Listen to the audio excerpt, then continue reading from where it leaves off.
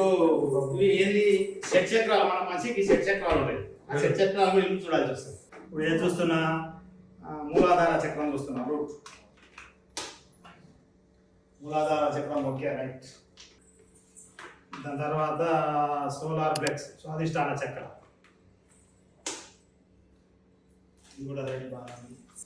ఏంది సోలార్ ప్లెక్స్ మణిపుర చక్రం, ఇది కూడా ఓకే రైట్.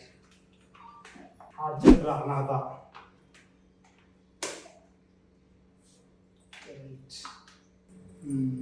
విశుద్ధ చక్ర రోడ్ గొంతు,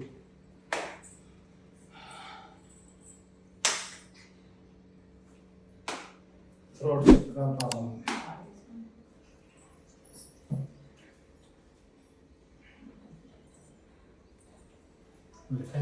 రోడ్ చక్ర.